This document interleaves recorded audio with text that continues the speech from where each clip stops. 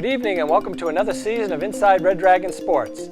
We're opening season number 5. Hard to believe we've been here that long, and we thank everyone for always joining us each week for every episode as we talk about all of our athletic teams here and we meet the coaches and the student athletes that make it happen. As we begin season number 5, you can see that I'm in a new studio almost. New set. I'd like to give a shout out to Dave Geezy and Jared Stanley for making us look good all the time. So please join me after the break and we'll have tonight's first guest, head men's soccer coach Iain Byrne. So, I got this new family, and I don't know what it is about this one, but she can't seem to put down that toy all day long. Tap, tap, tap, tap. Oh, and she even talks to it. She talks to that more than she talks to him. What's up, bro? Nice shirt. Who's she talking to? Her mom? She talks to her mom a lot. Welcome back to the show. Joining me now in studio is head men's soccer coach Iain Byrne. Welcome to the show, Iain. Still alive, Jeff. I'm back for another year. What do you think of the new It's duds here? very impressive. I thought I was watching the English Premier League on NBC. Oh, well, let's hopefully we can reach that standard. Yep. So we're already a couple weeks into the season. We just finished up our Mayor's Cup tournament. We had, three very, very good teams that were here. Why don't you talk about that tournament and what it means as we go forward? Sure. Well, we've been trying to make that, one of the strongest tournaments in the country. I think this weekend, for the first time we accomplished that. We had number 9, Claremont, come all the way from Los Angeles. It's the second time in 3 years we've had a team from the West Coast. We had Franklin and Marshall, who really started strong last year. We're up in the rankings, and then you know how it goes, a couple tough defeats, and they actually didn't finish off as well as we thought they would finish the year. And then obviously the number 1 team, Messiah. Anybody that follows Division 3 soccer, men or women, will know of them, their history, their standing in the game. 9 of the last 13 national championships. The current reigning champion, undefeated last year. So tremendous tournament, and the weekend, the support, the crowds. Was all the coaches were just stunned. They had no idea that what we had up here at Oneonta. Right now, there was on the Friday game that we played Messiah. We took them to overtime. There was about 1,200 people there, just screaming, all dressed in red. What do you think that means to not only the program, but just as far as maybe just the atmosphere of the game? I think it was more than 12. I knew 1,200 people at the game, so I think it was more than that. It was just phenomenal. Even standing on the other side of the field with the benches, we could just feel the atmosphere and the crowd. They were so into it. Seeing the sea of red over there. Again, Messiah was stunned, and they're a team that draw very well. But it was just an unbelievable crowd. It's something we'll remember forever, the players that were actually part of the game, and just nothing but people coming up to me, phone calls, emails, people just raving, and even Vince Fodi, probably one of the most popular long-time soccer people in town, he just probably, in his words, was the best game he's ever seen in Oneonta. So I think that summed it all up. Right. They go back to the 70s when when they used to play down at Damashki and have some games down there with Notre Dame. I know, some rowdy students at night. But it's great to have those tournaments. Great to play those kinds of games early in the season to kind of maybe get a gauge of where you're sitting early. Or I think that was the goal. As we've kind of had some success over the last couple years, just continue to challenge our guys. And I know when you're recruiting and we're talking to these high school seniors, they want to know who you're playing, what kind of teams are you playing, are you winning games 6-7-0 and you have an inflated record, or are you playing the really top teams? And that's what we want to be about, and I think that's the way to develop players and get ready for the conference tournament. Right. So it was a real tough weekend for us. Great games, all close games, 1-goal games for us. And then, we go on here the next week. We've got, the Liberty League champion, Vassar, RPI, who were in the NCAAs last year. Just continue to challenge ourselves. Right. Now, those games this weekend, it felt like the NCAA tournament. Felt more than that, didn't it? Felt like the Final Four. It just felt like the whole, the teams that were there, the way everybody was playing. Claremont might say, they left here, didn't win a game and didn't score a goal, thinking, wow, we're not that good, but yet they are that good. Yeah, he was on the phone to me for, a long time yesterday, just praising us. He just couldn't believe the level. Wants to know if he can come back next year, if his budget allows. But I think it was. I think it was at the level of a Sweet 16, Elite 8, Final 4, and with the packed crowds, and obviously the field is just anybody that comes here is just stunned when they walk out onto our field, and a natural grass field in the northeast is so tough to find, and the whole setting, the weather's tremendous. Yeah, it was. It was just, even the Division 1 guys, up the road were, they were raving about us. Yeah. So now as we move into the, into that mid-season, I mean, it's hard to believe, we played a couple weeks and we're talking about mid-season already, but we'll start conference play. How do you think the SUNYAC will shake out this year? I mean, we're the two-time defending champions, so obviously we've got the target on our backs again this year. How do you defend that title successfully, and what teams do you think will be the tough ones to get? I think for us, we're kind of building a new group here.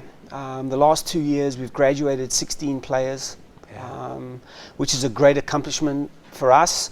But, it does leave you in the unknown a little bit as you're developing a new team, building a new team, integrating new younger players into, your way of playing.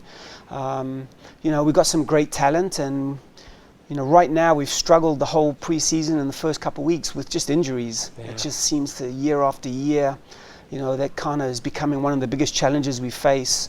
The conference is always difficult. As you say, two-time defending champions, so it just gets harder and harder. We know we just have to be ready right from the very first game. There's no easy games in the SUNYACs. Maybe even teams that aren't as skilled as you, they try and make up for it in other areas. And we've encountered that the last couple of years. And you're always dependent on your upperclassmen and your leaders, and we just need those guys to be there for us. They've played under some great seniors and leaders the last couple of years, and I'm confident they can come through and lead us back into, at least get us into the mix again this year. Right. I mean, it seems like game in and game out, physical, tough. Guys are after you. They're just going at it full tilt because they know. I mean, they only take 6 teams out of the 10 for the tournament, and I mean, everybody wants a home game. Everybody wants to make that tournament. So I mean, how does your team kind of work towards that? I think the tough non-conference schedule. Playing 2 top teams last weekend, going on the road next weekend and playing Art Rensselaer and Western New England, who are perennial NCAA teams, playing Vassar.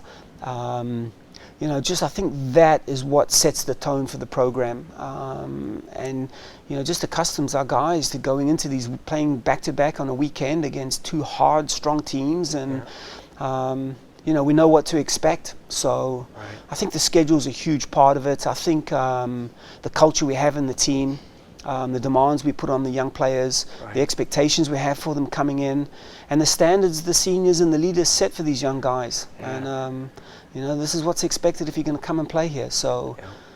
Now, who are some of the players that we might want to look at as maybe upperclassmen and maybe some of the newcomers this year? We've got a great junior class, and they're doing a good job stepping forward. The senior class is quite small. We've got Addison Straub, who's been a 4-year player. We actually lost him. A pretty nasty injury there in Messiah. It was a real shame. So I'm not sure what part he's going to be playing going forward, but he was tremendous in the spring and coming into the preseason. We've got Luke Halberg and Jason Ruvio, who have been 2 of our best players so far early in the year. Luke's a centre forward. He was tremendous last year in the SUNYAC tournament. Really found his feet towards the end of the year.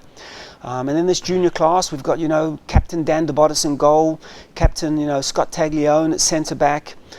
Jason Rivera, who's had a decorated couple of years for us. There's some pressure on him now to not just be a great flair player, but being a backbone of the team. Mitch Kane's really stepped forward. We've got a really good sophomore class as well. Some of those juniors last year were tremendous for us. Jared Van Brunt, Sean Vinberg, the Rookie of the Year, Colin Volpe, who could have been the Rookie of the Year. So You know, A it's lot of those real guys good group. played a lot of minutes last year. Yeah, so, they sure did. This year is really a continuation. I mean, there shouldn't be new. It shouldn't be, Yep. like, ooh, what am I doing, right? I mean, Yep, they know how it works. They've, just from day one, they're just so much more comfortable. Yeah. They have a relationship with you as the head coach. They know what to expect. They know when you're in a bad mood, when to stay away from you. And I think it's that sophomore class, this junior sophomore class, is really going to be, we hope, the backbone of another team that's going to make a run into the postseason. Right, and of course we've been in the NCAA tournament back-to-back years. Yep. Last year we played we hosted again, first and second rounds of the tournament. Yeah. And we played a strong Montclair squad on the second day. I mean, MIT Yeah. wasn't a pushover either. Gee. Coming from a conference that maybe people don't consider as a caliber of the SUNY. Yeah. But certainly played us pretty tough. And then Montclair going to PKs. Yeah. I mean, how do we look maybe, if we can get to that point? I mean, I think we saw this weekend. Yeah. We played Messiah and we took them to overtime, and again last year they had 2 ties and that was it. They were the only 2 blemishes on the record. One of them was us. We went down there 0-0. and went through double overtime and tied them down there. And I think they're the barometer for Division 3. And I'd never seen them until last year and now this year. And I think there's a lot of similarities between our philosophies. We want to attack and get forward and play a great brand of entertaining soccer. And I mean, they're a credit. They stand for everything that college soccer should be. Yeah. But we were right there with them. It was a great first half. It was just unbelievable. It could have been 4-4 We actually at the outshot end. them. Yeah, it was just goal line incidents, cleared off the line. Yep. 3 Crossbars. concussions, which you haven't mentioned. Crossbars, post, great saves. Yeah. I think we just ran out of gas at the end, and that's a tribute to the depth they have as well. Right. Tons of great players. But Yeah. I think that was it. If we can bring those kind of performances, I think we'll be in the shout. I mean, it all comes down to on the day what you do, and And soccer's a game, unfortunately, where a bad bounce or something cannot go your way. Yeah, for sure.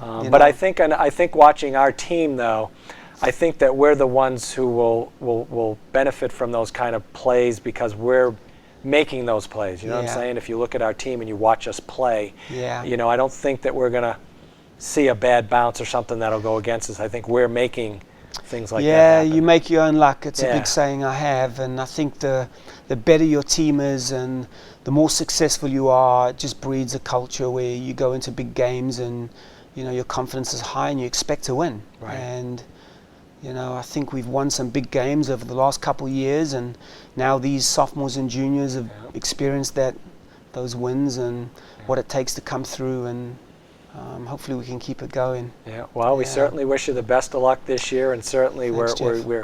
we'll enjoy watching you play and seeing the team grow as we go along here. So thanks for coming by tonight. Thanks for having me. All right. And I'd like to thank Coach Byrne for coming by tonight. And if you join me after the break, I'll be joined by sophomore Sean Vinberg. What makes D3 special is the ability to participate in my team and within the broader community. The perfect ending to a perfect season. Being a D3 student athlete has completely expanded my life. I learned how to lead. I really found a voice. What time is it?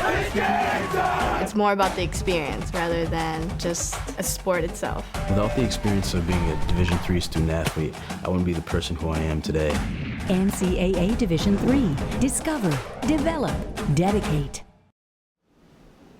Welcome back to the show. Joining me now in studio is sophomore Sean Vinberg of the men's soccer team, SUNY Rookie of the Year last year. Welcome to the show. Thank you. Thanks for having me. Why don't you tell us a little bit about yourself? I'm from Massapequa, Long Island, a sophomore, as you said. Basically came to Oneonta. It's a great place, great people, phenomenal soccer team. Yeah. The grass field is the nicest field I've ever played on. Yeah. And it's loving it here. Yeah. Now, Rookie of the Year, SUNY. That's a pretty big honor. Coming in as a freshman, do you think it was something that you might? Yeah. My work ethic, it's not like something, you go around boasting. It's kind of, I worked for it. Yeah. So getting it is nice. Yeah. But to me, it's just a little award, Right. Now, for us, you're one of our starting defenders. Yes. Pretty tough as a defender to maybe get those kinds of honors because you don't really see a lot of stats. Right. You know, there's not a lot of goals, assists, stuff like that. So when you approach the game, I mean, what's it like for you as, playing in the back there? I think it's just consistency, and for me, as a defender, I like one-on-one battles when taking someone one-on-one. Like, my biggest thing is for me is that he's not beating me. Right. And the mentality going into the game like that and just being confident, I think is a big part of it, like being a defender. Right. And just keeping that up all year and staying healthy is a big part. Right. Now, we have we play a 4-back system. Yes. So you and your other 3 guys really have to be Right. on the same page as Right. far as trying to help the goalkeeper, the exactly. last line of defense, right?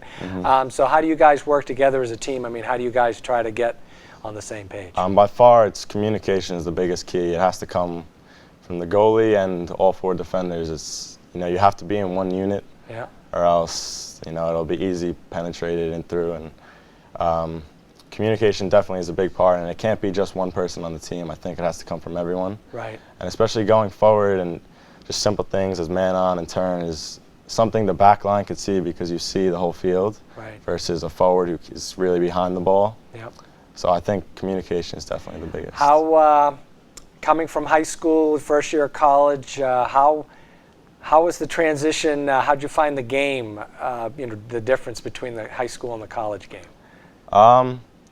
It's much faster than high school. But this summer, leading into my freshman year, I played on a U20 team. So those were all college kids already. Yeah. So playing with them for 3 months got me kind of adjusted to the game. Yeah. And by the time I got here, it was it wasn't really much different. But in the beginning of the summer, I was kind of in shock how fast it is, and you don't really have much time. It's 1-2 Right. touch, and you have to get rid of it. Right.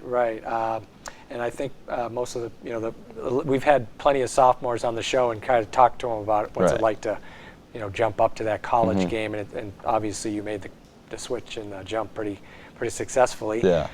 We were talking to Coach Byrne earlier on the show about the teams that we play, and this year we had Messiah and Franklin and Marshall, who's a good squad, and last year when we made the in-state tournament, played a Montclair team that had actually been in the Final 8 with us, the Final 4 the year before in 2011.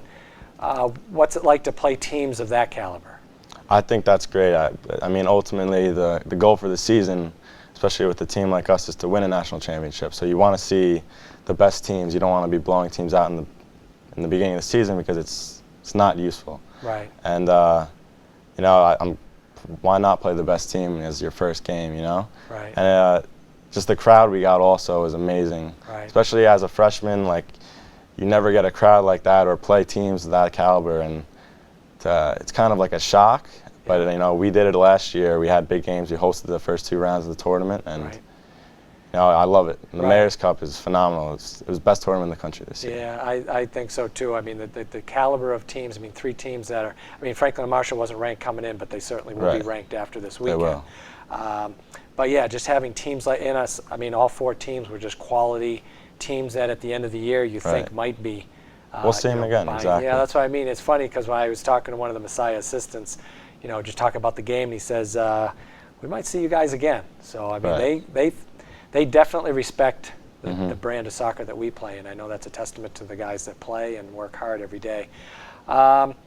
This college, your first year of college. I mean, now you're in your Right. second year. I mean, what was that all about? Outside of athletics. Yeah, the classes are a little different. You have to get used to, adjust to. It took me a while, especially with soccer. You don't have much free time. Yeah. It's kind of soccer and then work, Yeah. and there's nothing in between. But as a sophomore, I'm kind of used to, especially in the spring last semester, you just get used to the classes. It becomes a routine. Right. You have to have a daily schedule. I feel that's the biggest important. Right. Time management, very Time important. management, yes. Probably learned pretty quickly, right? And no procrastination. Yeah. It's the biggest part. Some of you now, you're a mathematics major. Yep. Are you looking to become a school teacher? Yes, high school. Yeah. I've always loved working with kids, and a great teaching program here. Right. One of the best in the country. Now, It's from very your well known. first year, professor, I mean, is there a professor that you stood out that was pretty influential last year and maybe helping you make a transition academically? Yeah, I think in my first education class in the fall, it was with Professor Exley, and it's a class basically to make you realize if you really want to be a teacher. And I truly didn't know if I wanted to, and that class made me understand why I actually wanted to be a teacher versus the holidays and all that. Right. But I truly do want to, exactly. Well, we certainly hope, as you go forward in your education, that's ultimately the goal you reach. And certainly we know athletically, you like you said, the team's goal is to win a national championship, and I know you're going to be a very big part of that. You got 3 more years with us, so this is pretty exciting. So thanks for coming by tonight. Thank you. And good luck, and stay healthy this year. Thank you. I'd like to thank Sean Vinberg for stopping by tonight. And after the break, I'll be joined by junior captain Dan DeBottis.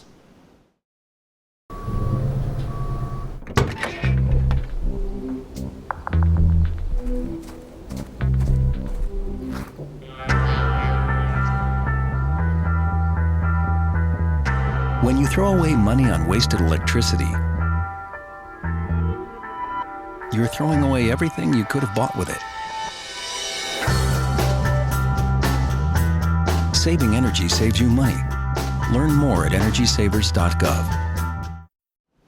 Welcome back to the show. Joining me now is junior goalkeeper and captain of the men's soccer team, Dan DeBottis. Welcome to the show, Dan. Thanks for having me, Jeff. We were just talking before we came back on the air that you were actually running the camera prior to coming on in front of the camera. So what was that like? That was my first experience, so it wasn't bad. You're a mass comm major? No, comm studies. Comm studies. Okay. So what are you hoping to do with that? Pharmaceutical sales. Oh, pharmaceutical sales. Wow, that's quite an interesting area. What does that involve?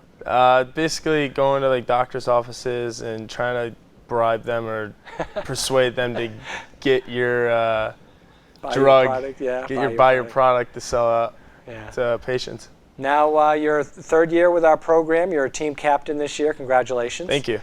What's it like to be a team captain? It means a lot that the younger classmen and even the seniors, because I'm only a junior, look up to me as being a leader. Right. Now a lot of people will say that being a goalkeeper, you're kind of a leader on the field anyway because you're the last guy.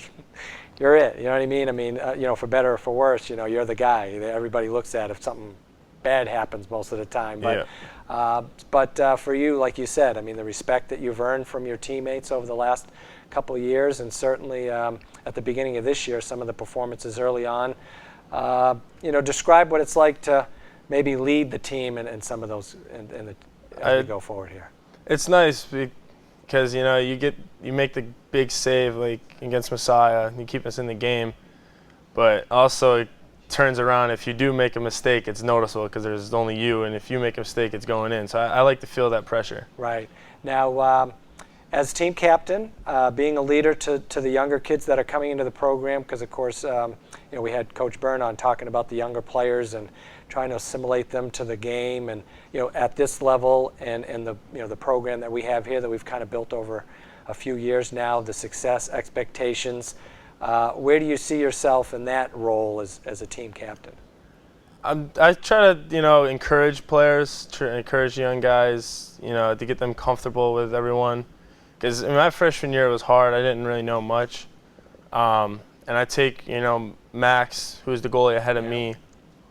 He really brought me into the camaraderie that we have. And I try to do the same thing and pass it along to the younger guys. Right. So are you a vocal leader or somebody who just maybe lead by example? I can be a little bit of both. Oh, that's good. Yeah. With my position, I get to yell at everyone on the field and I get away with it. Yeah. So. Now let's see. This season we've already. I mean, pretty much the first 2 weeks we've played some pretty high-powered teams nationally. For you as the goalie, what's it like to play those kinds of teams? It's a good test to see where you're at. I mean, I'm not the one who's gonna, brag about, last year I made 9 saves against Messiah, and then this year I try to keep us in the game. But I like it because it tests your ability, and you like to see where you're at early on. Right. Now, as we move towards some of the games we have coming up, of course Coach Byrne mentioned, the Vassars and the Rensselaers, and of course our conference, every game is just a grind out type of situation. How do you think that those, playing the Messiahs and the Franklin and Marshalls and that kind of caliber of national team, I mean, how do you think that prepares you to go into the season, as we move forward? It's a great test because, you're not going to see, the number 1 team in the country very often. It's a great stepping stone to see where you're at as a group. Right. to get us used to the games. And like it helps with our style. They play the same way. Helps us getting used to how we're gonna have to play later on.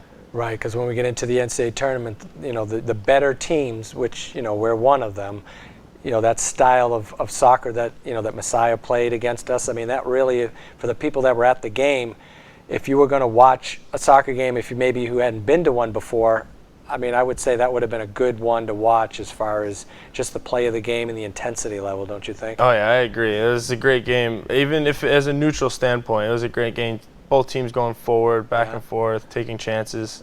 Yeah. It was just a fun game to be a part of. Right. Now, when you're standing there on the end line and those guys are there, I mean, what's going through your mind? To be honest, I really don't. I'm just my main goal is to not get scored on. Right. So I'm going to do the best I can. Right. I don't really know what's going on. I always have a thing where the last song I hear before I go out in the play is always in my mind, so I'm constantly just going over the lyrics in my head just to keep my nerves down. Right. Now, I mean, were you even a little intimidated, or were you, you know what I mean, like not scared, but I mean, Messiah coming in here, I mean, did you think, wow, geez, we're playing Messiah? Nah, because, I mean, for me, because we played them last year, so I knew what to expect. Okay. But, I mean, I get nervous before every game, regardless if it's the #1 team in the country or not. Right. So, moving forward into the SUNY, Coach Byrne talked about all the good teams, and I mean, who do you think we're going to be working against this year to try and get back to the NCAA tournament? I mean, every game is going to be tough, and we can't be too confident, but Cortland and Plattsburgh, as usual, are the teams to look out for. Right. Now, anything in particular in your first 3 years here on the college? I mean, why did you choose Oneonta? I just liked, I met with Coach Byrne. I really liked him. I liked how his style, not too strict but not too laid back. It's a relaxed setting, and I like that as a person. So Coach Byrne was a big help in coming here. Now, anything, one thing maybe in your first 3 years that maybe stands out, either athletically, academically, maybe the campus, that if you were, as you start to pass on, recruits come on campus, I mean, what kinds of things do you tell them? I just tell them, the campus really helps. Like, the people around are very friendly. They'll help you do anything. If you're lost or you don't know, like, what's going on, everyone here, is very, very friendly. Right. And the family atmosphere around the men's soccer program seems to have grown exponentially over the last 3-4 years, which is certainly a tribute to the men that we're bringing into the program, but certainly probably has a lot to do with Coach Byrne and how he maybe makes everyone feel, like you said. I mean, he makes everyone feel a part of the team. So yeah. Well, we certainly want to wish you the best of luck going forward. Thank you. And good luck, and we hope that we can get back to the NCAA tournament and win our 3rd straight SUNY championship. And I know you'll be right in the thick of things. Yeah. So, well, thanks for coming by tonight. Thank you. Thanks for having me. All right. And I'd like to thank all the guests tonight that came by from the men's soccer team. Certainly, you can follow them all year long. Live stats are on our web, live streaming of home games. And certainly at www.Oneonta Athletics is where you'll find it all. And I'd like to thank you for joining us as we open up season number 5 tonight. And thanks for joining us, and we'll see you next time on Inside Red Dragon Sports.